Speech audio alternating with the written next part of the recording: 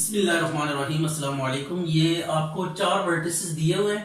Prove करना है कि ये किसी रोम्बस के वर्टिसेस हैं और इन वर्टिसेस को लेकर आपने पहले तो रोम्बस प्रूव करना है एंड देन इंटीरियर एंगल्स भी फाइंड करने हैं। तो रोम्बस क्या होती है? बेसिकली एक पैरेललोग्राम होती है और उसके डायगोनल्स परपेंडिकुलर होते हैं। रोम्बस की चारों साइड्स लेंथ में इक्वल। इसकी चार प्रॉपर्टीज हैं। रोम्बस की चारों साइड्स इक्वल होती हैं, पहली बात, यानी लेंथ वाइज इक्वल होती हैं। ऑपोजिट साइड्स पैरेलल होती हैं, सेकंड हो गया। डायगोनल्स परपेंडिकुलर होते हैं, थर्ड हो गया।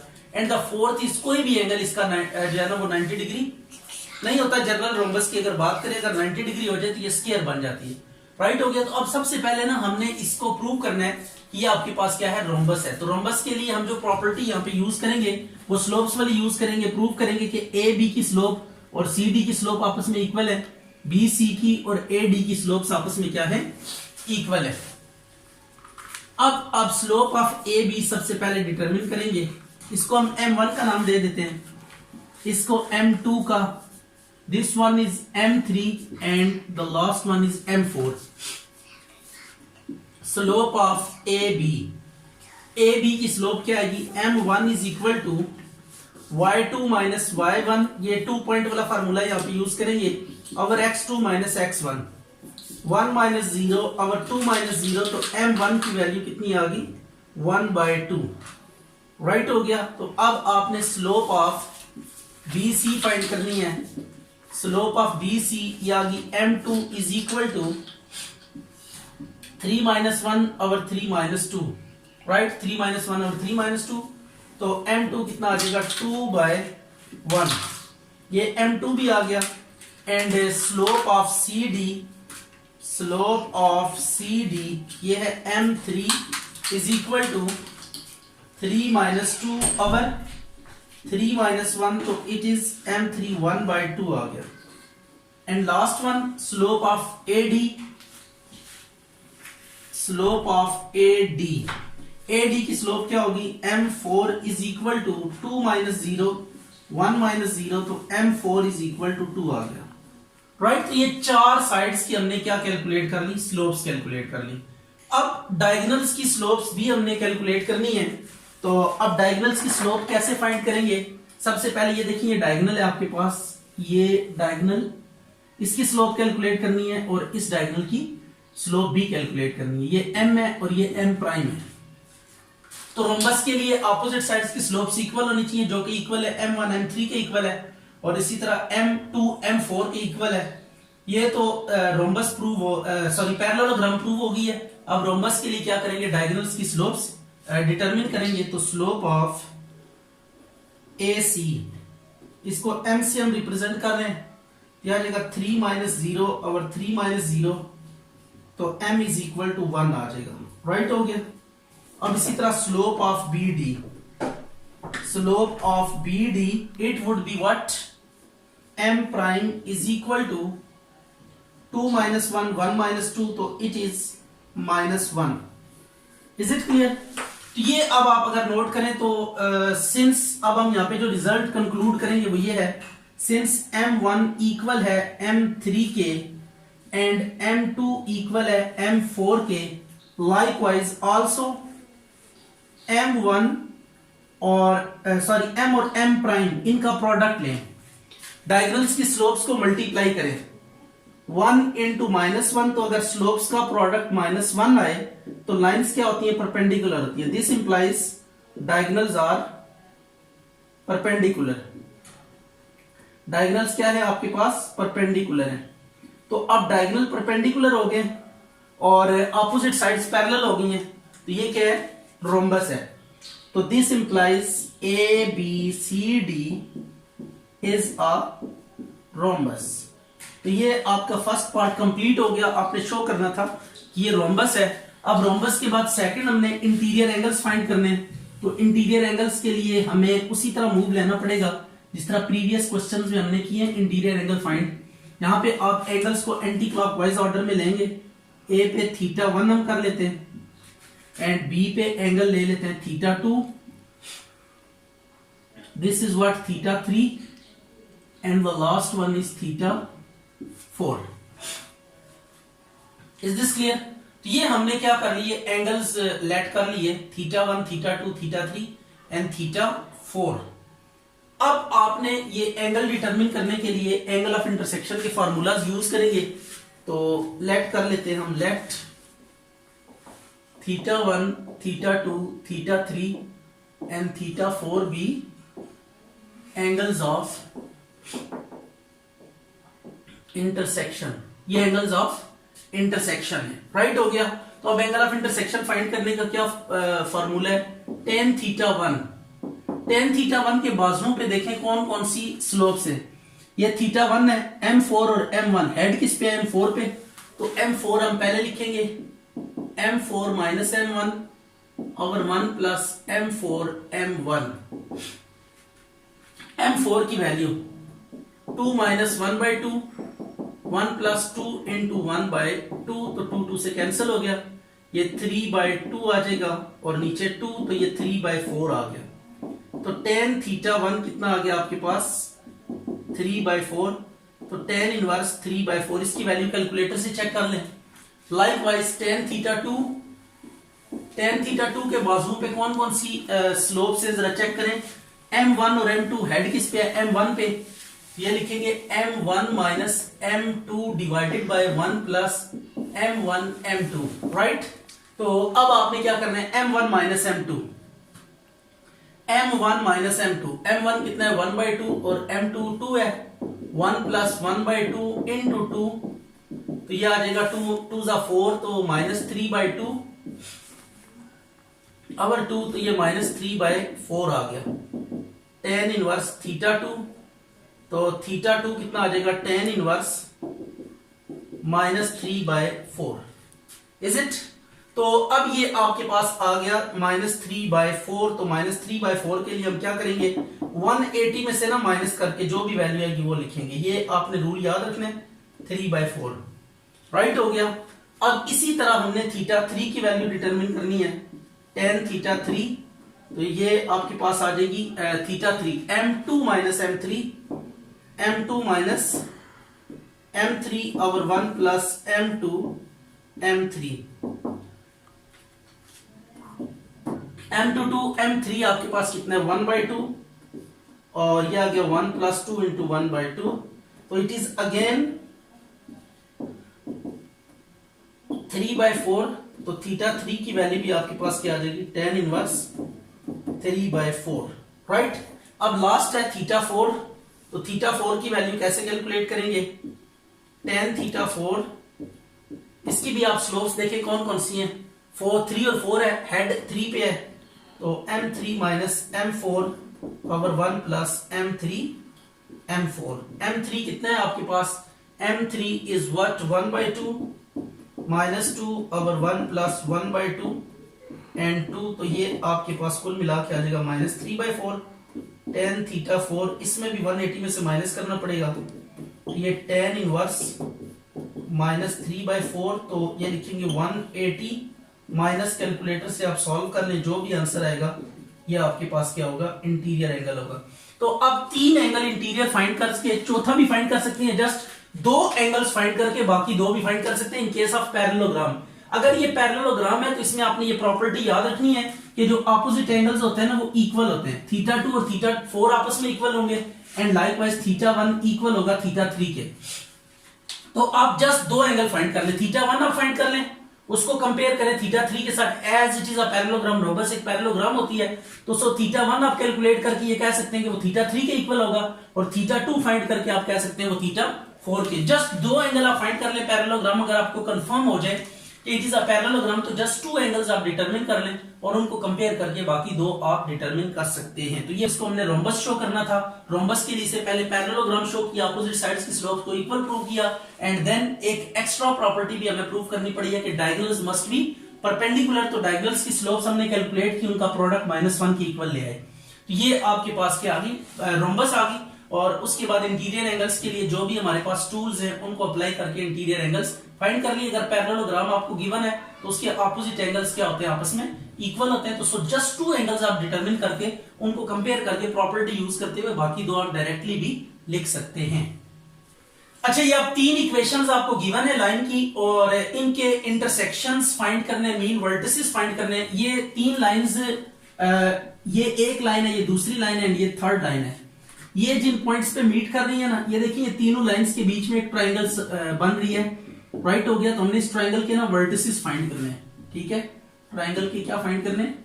वर्टिसेस, पहली बात। और दूसरी बात, यहाँ पे इंटीरियर एंगल भी फाइंड करने हैं, इंटीरियर एंगल्स भी फाइंड। तो दो चीजें आपके पास, एक वर्टिसेस फाइंड करने हैं और देन आपने इंटीरियर एंगल्स भी फाइंड करने हैं। तो अब हम क्या करेंगे, सबसे पहले ना दो दो इक्वेशंस के पेयर बना लेंगे।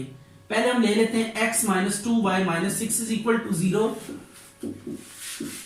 3x minus y plus 3 is equal to 0। ये ले ली। इसके बाद हमने दूसरी दो इक्वेशंस भी करनी है। ये आपके पास आ गई 3x minus y plus 3 is equal to 0 and 2x plus y minus 4 is equal to 0। And likewise हम थर्ड पेयर ऑफ लाइन, देखिए दो दो पेयर्स आपने जो है ना, ये पेयरिंग करनी है। दो दो इक्वेशंस का एक पेयर बनाना है, पहले फर्स्ट टू, फिर सेकंड टू, फिर फर्स्ट थर्ड। ये इस तरह पेयर्स लेके इन पेयर्स को सॉल्व करेंगे, जिस तरह हम पहले कर चुके हैं angle of point of intersection के लिए। तो पॉइंट ऑफ इंटरसेक्शन पहले फाइंड करेंगे और उसके बाद फिर हम उनको ऑर्डर में लेकर आएंगे और आफ्टरवर्ड हम इंटीरियर एंगल्स फाइंड करेंगे। तो सबसे पहले ये इंटरसेक्शन का वही मेथड है जो आप इससे पहले पढ़ चुके हैं, nothing is new, x our minus y अवर और 1 अवर। अब x के केस में x को आप छुपा लें, -2 -1 और -6 और 3 आ गया। फिर y को छोड़ देंगे, 1 3 -6 3, और फिर आ गया 1 3 -6 3, x अवर -6 ये 3 प्लस 18, 1 अवर 3 प्लस 18। राइट हो गया 1 3। अच्छा, यहां पे आता है आपके पास 1 3 -2 और -1, -2 तो इसको जरा करेक्ट कर ले। ये आ जाएगा -1 प्लस 6, इज इट। अभी आ जाएगा -12 माइनस वाई अवर 21 और ये आ जाएगा 1/5। इनको बारी बारी 1 वाले से कंपेयर कर लें, 1/5 और minus y over 21 is equal to 1/5। तो x आ जाएगा -12/5 और y आ जाएगा -21/5। तो ये एक पॉइंट आपके पास आ गया -12/5 -21/5। अब इनको भी इसी तरह सॉल्व करेंगे, x अवर फिर -y अवर एंड देन 1 अवर। तो पहले x के केस में x को छोड़ देना है, x को छोड़ दे -1 1 3 और -4। फिर y को छोड़ देना है 3 2 3 -4 एंड देन कांस्टेंट को छोड़ देना है 3 2 -1 1। ये आपके पास आ जाएगा x 4 -3 -y -12 -6 और 1 अवर 3 प्लस 2।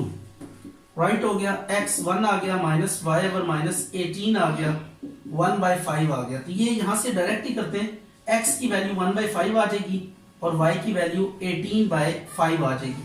तो ये दूसरा पॉइंट है 15 और 18/5। राइट, अब थर्ड का आपने फाइंड करना है x our -y our and finally 1 our. Right हो गया, तो ये आ गया -2 1 -6 -4 and 1 2 -6 4 and then 1 2 -2 1, is it.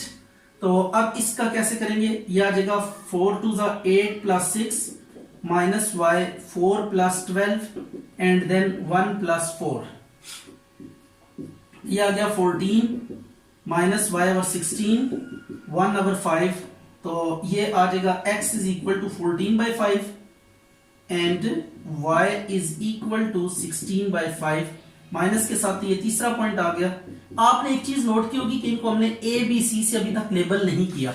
इनको ए बी सी से हम लेबल नहीं करेंगे अनटिल अनलेस कि हम इनको ऑर्डर में ना कर लें, क्योंकि इंटीरियर एंगल जब भी फाइंड करते हैं आप, तो एट दैट मोमेंट ऑर्डर में करना बहुत जरूरी होता है। तो अब हम इनको ऑर्डर करते हैं और देखते हैं कि ऑर्डर में करने के बाद क्या रिजल्ट आता है, कौन सा पॉइंट पहले रखना है, उसके बाद सेकंड नंबर पे कौन सा पॉइंट रखेंगे और फिर थर्ड नंबर पे कौन सा पॉइंट। अच्छा, आप ये बात जानते हैं कि जब दोनों पॉजिटिव होते हैं, एक्स कोऑर्डिनेट भी पॉजिटिव, वाई कोऑर्डिनेट भी पॉजिटिव, तो ये कौन सा क्वाड्रेंट होता है, फर्स्ट क्वाड्रेंट। एक्स भी पॉजिटिव, वाई भी पॉजिटिव। तो ये जो पहले क्वाड्रेंट में पॉइंट है 1/5 और 18/5, ये हमने मार्क कर दिया, दोनों पॉजिटिव है। एक्स कोऑर्डिनेट भी पॉजिटिव है, वाई कोऑर्डिनेट भी पॉजिटिव है, तो it would be in first quadrant, ठीक है। इसी तरह इसमें जो पहला वाली में अगर आप देखें दोनों नेगेटिव है, -12/5 -21/5 ये दोनों नेगेटिव है, तो ये थर्ड क्वाड्रेंट होगा। तो थर्ड क्वाड्रेंट में -12/5 एंड -21/5 ये आ गया। एंड लाइकवाइज इसमें देखें x पॉजिटिव है और y नेगेटिव है, तो x राइट साइड पे पॉजिटिव होता है, y नीचे नेगेटिव होता है, तो ये फोर्थ क्वाड्रेंट है। तो ये पॉइंट आ गया आपके पास 14/5 -16/5 राइट हो गया। तो इसमें सबसे पहले आपने ना पॉइंट को ऑर्डर में लेकर आना, क्योंकि एंटी क्लॉकवाइज ऑर्डर, तो ये जब आप पॉइंट फाइंड करेंगे तो रैंडमली आएंगे, तो इनको ग्राफ पे आप ले जाके पहले ऑर्डर में लेकर आएंगे, और उसके बाद आपको पता ही है जो लेबल हम करते हैं एंटी क्लॉकवाइज ऑर्डर में लेबल करते हैं। तो अब हम एंटी क्लॉकवाइज ऑर्डर में कैसे लेबल करेंगे, इसको हम ए का नाम दे देंगे and this would be B और ये सी। अब ये टेकन इन ऑर्डर हो गए, राइट हो गया। तो अब इसके बाद आपने क्या करना है, इंटीरियर एंगल्स, इसको हम θ1 का नाम दे देते हैं, राइट। इसके सामने वाली स्लोप को m1 का और b पे θ2 कह देते हैं इसको, ठीक है, θ2 और इसके अपोजिट स्लोप m2 और ये c का एंगल θ3 और इसके अपोजिट m3। तो ये हमने लेबलिंग कर दी। अब आपने स्लोप्स डिटरमिन करनी है और फिर इंटीरियर एंगल के फार्मूलाज यूज करने हैं। तो सबसे पहले स्लोप ऑफ BC हम कैलकुलेट कर लेते हैं। Slope of BC it is what m1। तो ये डायरेक्ट ही करते हैं क्योंकि हम स्लोप तो अब इतनी ज्यादा दफा कर चुके हैं कि अब आपको प्रॉब्लम नहीं होनी चाहिए। 14/5 माइनस प्लस 12/5, तो 5 तो कट जाएगा, तो 21 में से 16 में से 21 माइनस करें, -5 और 14 और 12 कितने होते हैं, ये हो गए 26, राइट हो गया। तो ये m1 की वैल्यू आ गई। इसी तरीके से आपने स्लोप ऑफ AC फाइंड करनी है, दैट इज m2। तो m2 का फार्मूला लगाएं, 18/5 प्लस 16/5 पावर 1/5 माइनस 14/5। तो m2 की वैल्यू कितनी आ जाएगी, 18 और 16 कितने होते हैं, 34 और ये -13 आ गया, राइट हो गया। ये m2 आ गया। और likewise slope of AB m3 ये कितनी होगी, 18/5 प्लस 21/5 और 1/5 प्लस 12/5। तो m3 कितनी आ गई, 18 और 21 939 और 13 आ गया। तो ये m3 की वैल्यू आप कर सकते हैं, 13 3 तो ये 3 आ जाएगा, m3 की वैल्यू 3 आ गई। अब आपने एंगल्स ऑफ इंटरसेक्शन लेट करने, लेट θ1 θ2 θ3 बी इंटीरियर एंगल्स, ये इंटीरियर एंगल्स है। तो tan θ1 का फार्मूला आपने कैसे यूज करना है, tan θ1 के आर्म्स पे देखें m2 और m3 है, हेड पे m2 है, तो m2 minus m3 divided by 1 plus m2 m3 tan θ2 कितना आ जाएगा आपके पास, tan θ2 आ जाएगा m3 m1, तो m3 add m3 minus m1 over 1 plus m3 m1। लाइकवाइज तीसरा आप इस तरह भी कर सकते हैं, ये वाला फार्मूला भी लगा सकते हैं, θ1 plus θ2 plus θ3 is equal to 180। दो की वैल्यूज आपके पास है, तीसरा आप यहां से डायरेक्ट भी डिटरमिन कर सकते हैं, अदरवाइज आप इस फार्मूले से भी करना चाहें तो इट्स नो प्रॉब्लम। तो m3 के बाजू पे 2 और 3 है, तो 2 पे हेड है m2 माइनस m3 m1 और m2 है, m1 और m2 यह आ जाएगा m1 minus m2 over 1 plus m1 m2। अब ये वैल्यूज आपने कंप्यूट करनी है। अगर नेगेटिव में कोई वैल्यू आती है, यानी tan थीटा, इसको सॉल्व करेंगे माइनस में आ जाता है, तो फिर आपने 180 माइनस करके tan की जो भी वैल्यू है वो लिखनी है। रफली आपने खुद ही चेक करना है, इनमें कोई भी वैल्यू सामने ना माइनस में नहीं आ रही। अगर जैसे tan θ1 आप कैलकुलेट करें ना, tan θ1 अगर 2/5 सपोज इट इज ये प्लस में आती है, then it's okay, no problem at all. लेकिन अगर ये माइनस में आती है, हम पिछले क्वेश्चन में डिस्कस कर चुके हैं, 2/5 अगर ये माइनस में आता है, माइनस के साथ आता है, तो देन आपको क्या करना पड़ेगा, 180 माइनस tan इनवर्स 2/5 ये रूल देन आपको अप्लाई करना पड़ेगा। अदरवाइज जरूरत नहीं, अगर प्लस केस आ रहा है तो एज इट इज रहने दें। अगर ये सामने वाली वैल्यू माइनस में आ रही है तो देन 180 माइनस आगे tan इनवर्स जो भी वैल्यू है वो यूज करेंगे, राइट हो गया। तो ये आपने माइंड में रखनी है बात, बाकी तो इट्स ओके है। ये तकरीबन 4-5 क्वेश्चंस हैं इंटीरियर एंगल्स वाले, इनको देख लीजिएगा।